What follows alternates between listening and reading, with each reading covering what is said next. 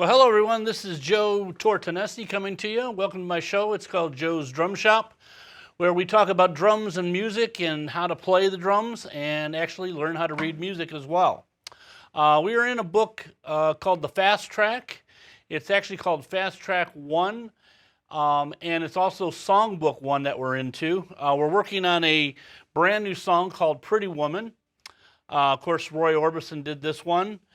And we're going to be going over the song step by step, and then I'll go ahead and do a performance play of it. And we'll take it apart and kind of show you how it's broke down. And once you get kind of the feel of it and everything, you're more than welcome to play along with this. So if you have any questions, feel free to drop a line at joedrums1@comcast.net, and I'd love to hear from you. So let's get started with Pretty Woman. The very first, probably 1, 2, 3, 4, 5, basically the 5 first measures are all snare drum and hi-hat. I'm going to play that now so we kind of get a feel of it. There's no bass drums, just hi-hat and snare. So it's going to go.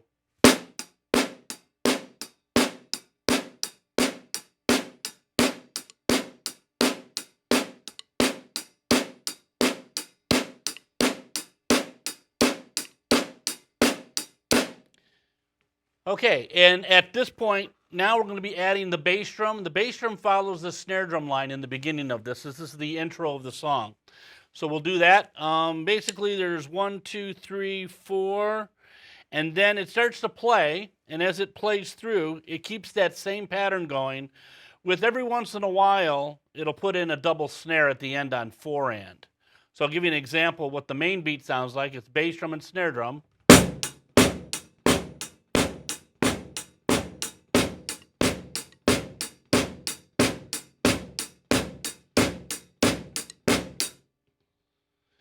And then we're going to add the actual double snare on some of those so you can kind of feel what that's like.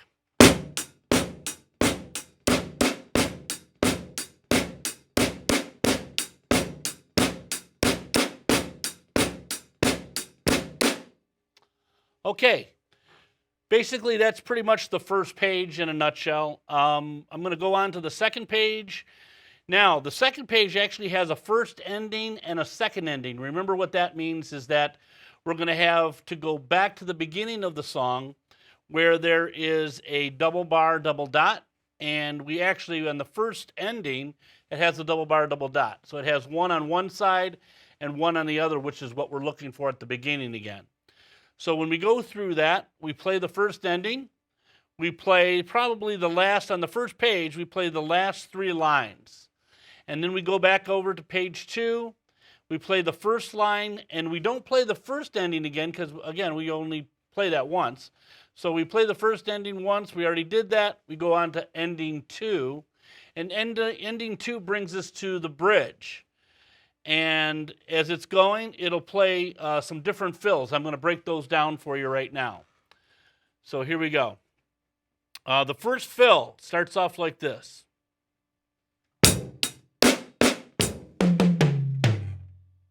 I'll do that again. So it's got 2 fast notes, a single note on the second tom, and a single note on the floor tom. So you get that. Okay. Now it's not doing that every single time. Later on, it's going to do one where you're hitting 3 notes on each drum. The last fill we just did, there's kind of like 2 notes on each drum with a single note on the last 2 toms. This one's going to sound like this.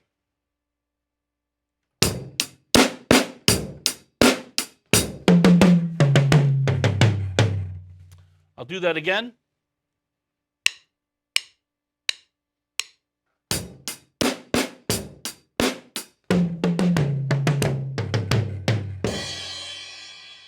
Let's do it one more time.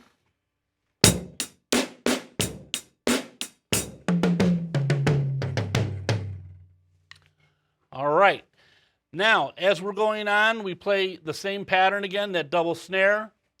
And then we go on to the next fill, which is the same thing we just kind of did on the toms, but we're going to stay on the first tom and do it on the first tom. So it sounds like this.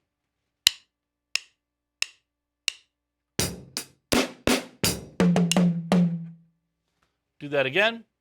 Do Then the next one is going to do the same thing, except we switch over to the floor tom. So what we did on the high tom, we're going to do on the floor tom. And it'll sound like this. This is the last line on page 2. So it starts off with a crash.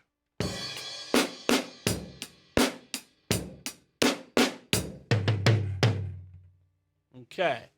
So then we move along. We play a couple more measures of the double snare with the single snare. And then we go on to page 21. We're on 21. And this is the pattern that we keep playing. So bass, snare, snare, bass, snare. And again, we do that same fill, da, da, da, da. And then we go on one last fill. It starts, instead of going all the way through, it actually does the same da, da, da, da, but it goes on the second tom and the floor tom. So that'll sound like this.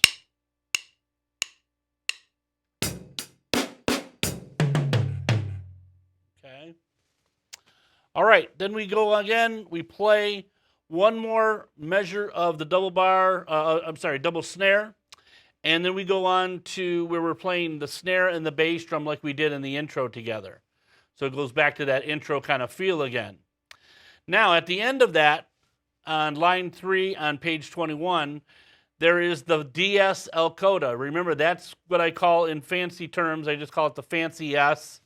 And you'll see over on page 1, there'll be that little fancy S with a line through it and the 2 dots. And that is actually how we follow back to page 1 again.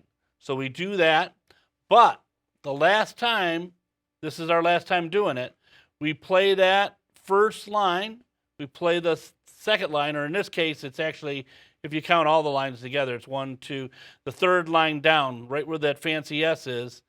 We start there, we play that first line, and then we play the line below it, and you'll notice it says to coda, and that's the little crosshairs with the X through it. Now that basically means for us to go back to, on page 21, where we left off, we're going to do the coda. And the coda plays those last 2 lines on page 21. And then we turn the page, and on 22, we actually go back to playing that intro snare part one more time. And as we do, we finish it off with the last bump bump at the end. Okay? So I am going to play this right now. Let's go ahead and play this, and I'll show you how it goes. Okay? This is up to full speed.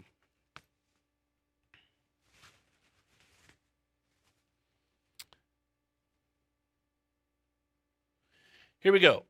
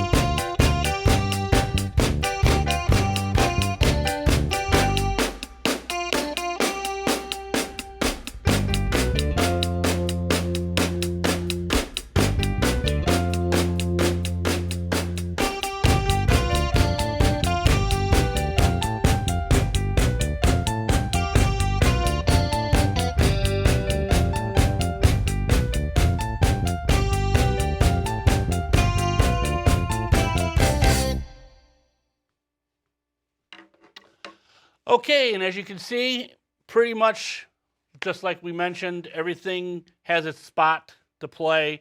The fills fall perfectly in line. It's a beautiful song. It's very, heartfelt. When I'm playing it, I feel like, when I'm doing those fills, they're just flowing by nice and easily. And yeah, it's a really fun song to play. All right, so we're going to move on, and we're going to play the next song. Let me get these sheets out of the way here. And the next song we're going to play is Brown Eyed Girl. This one's by Van Morrison. And basically, Van Morrison had quite a few hits. He was a big singer in his day. And Brown Eyed Girl, it's a classic as we all know it. If you've never heard it before, you might be a little bit too young for this, but it's still a pretty cool song. My band played it. Every time we played it, people flocked to the dance floor. It was really a good song to work out. So as we are on page in the book right now, we're on page 23. And this song has, it has 3 pages to it. So I am going to do this. I actually made a copy of the book, and I put it on one page so I can have all 3 pages while I'm playing, because it's kind of hard to play the drums and turn the page. So a good little tip is to maybe copy a couple of the pages that you need so that you can see all your pages at once. Sometimes there's 7 sheets, and of course I have a bigger, at home I have a bigger stand, and it spreads out really nice and I can get everything on there. I sometimes have to clip things to the stand so they stay there, but it's, you got to do it to be able to play this stuff. Eventually you want to be able to memorize it, of course, but again, for this show, I'm showing you it because we're learning to read music and learning to play songs, okay? So we're actually on page, what did I say it was, 23? And on 23, it starts off, Brown Eyed Girl, with, it's an interesting intro, by the way. It has a hi-hat that starts off with a foot, and then, remember back in the first book we did, if you've seen the other shows, we do a thing called a cross stick, okay? And what we do is we lay the stick on the snare drum, and my hand is not centered, it's more left of center, and I have about maybe 2 or 3 inches, possibly 4 inches leaning off the side of the drum here. And what I'm going to do is I rest my hand with the flat part of my fingers on the head, and the first finger and the thumb pinches the stick. And then what I do is I lift up, but I still have the end of the stick touching on the snare drum. So I mentioned this before in the other book, but I'm going to go reiterate what I said from that book into this because, again, we want to know how to play this. And that's what they call a cross stick rim shot, okay? There's different types of rim shots, but this is called a cross stick, okay? So again, we keep our fingers down, thumb down on the head, on the drum head. We pinch with the fingers, thumb and first finger, and we lift up and we get this sound.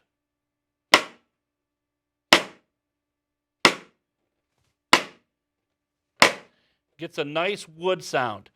Now, if I actually had my hand in the center, it makes a different sound. We want a nice wood sound out of it, so that's why I bring my hand back and I get more of the mass of the stick going across on the metal part of the rim of the drum. So, see how it gives it more of a little tighter snap to it. Okay, so in the beginning, I'm going to be starting off playing a hi-hat, and then a hi-hat with the rim shot. And then hi-hat, and rim.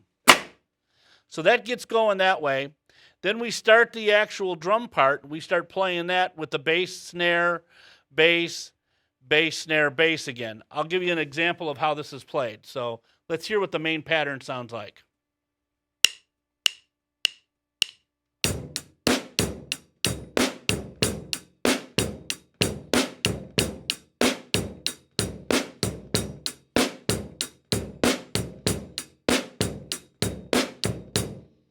Okay, and that will continue on through page 1. Now on page 2, we're going to go through, again, still playing the same pattern. It hasn't changed at all. We still stay on the hi-hat, by the way. We don't switch to the ride cymbal like other songs. We will, though, be switching to the ride cymbal coming up, but not right at this moment. So we're going to go down on the second page, page 24. We're actually playing the first line, the second line, the third line. When we get to the fourth line, there's a first and second ending. The first ending is going to go back to page 1 again, and we're going to play the third line down where that fancy S is. Remember, that's the S with the line going through it and the 2 dots. That will tell us to lead back up there again. That's coming up pretty soon. So it's got that fancy S, but we're looking at the double bar, double dots. Remember, because at the end of the ending 1, it has the double bar, double dots. So we need to look at that first, okay? So then as we play through this, again, page 1 for the second time, we go back to page 2, and then when we get to the end of the third line, instead of going down to ending 1 again, like the last song we did, we go to ending 2, because we've already done ending 1. You can't keep doing that, or otherwise it'll be in a big loop and the song will never end. So you go to ending 1 for the first time. The second time you end up playing ending 2. And then as we go through it, we're going to go down. Now, on the end, at the end of the fourth, let's see, 1, 2, 3, yeah, the fourth line, the last measure has 2 coda, but we're not going to that yet. We still have to get to the fancy S part first. So we're going to look for a thing that says DSL coda. Okay, so don't worry about the coda yet. I know it's there, but we're going to skip past that. We go down to the bottom line. We still play the same pattern, but it goes into the ride cymbal. So right when we get to the second ending, we're going to play the first measure of the second ending with hi-hat, and then it goes right into the second measure, and it starts playing ride cymbal. So then we go from there, page 24 on to page 25. We play the first line, we play the second line. When we play the third line, the end of the third line is going to go to DSL coda. That's that fancy S. So then we go back to page 1 for the last time, and we look for the fancy S. There it is. And we start playing that pattern over again, the last 3 lines. We go to page 2. We play the first line, the second line, the third line, and we actually do ending 2 one more time. So we play ending 2, and then we go into the ride cymbal, and then we finally go to the coda. And you notice the coda is right there on page 24. It's not the last line, it's the second line up from the bottom. We jump right across, and you'll notice there's the other coda, and it plays, and at the end of that line it says repeat and fade. So that means we're going to repeat that over and over and over. You wonder how many times. I actually don't know how many times, but it's quite a few times, and I just kind of listen for the track, and I make sure that, you know, it's getting ready to end, and then we end it. And we usually, now, when I was in the band playing this, we had to make up an ending so it kind of actually felt like it ended. Of course, when you're playing the record just kind of fades out. A lot of earlier rock songs used to do that. They would fade out. They'd have these faders on the on this board where they would record, and they bring the faders down. And they just fade out while the guys are still playing. But you can't do that live because everything's obviously acoustic, and everything's loud playing. So we would have an actual ending for this, and it would stop, and then you would know that's the end of the song. But for this, like I said, for the book, we're doing the repeat and fade, like we're playing it in the studio, recording it, okay? All right, so for that, let's take a look at it and let's hear what it sounds like. Get this up and going.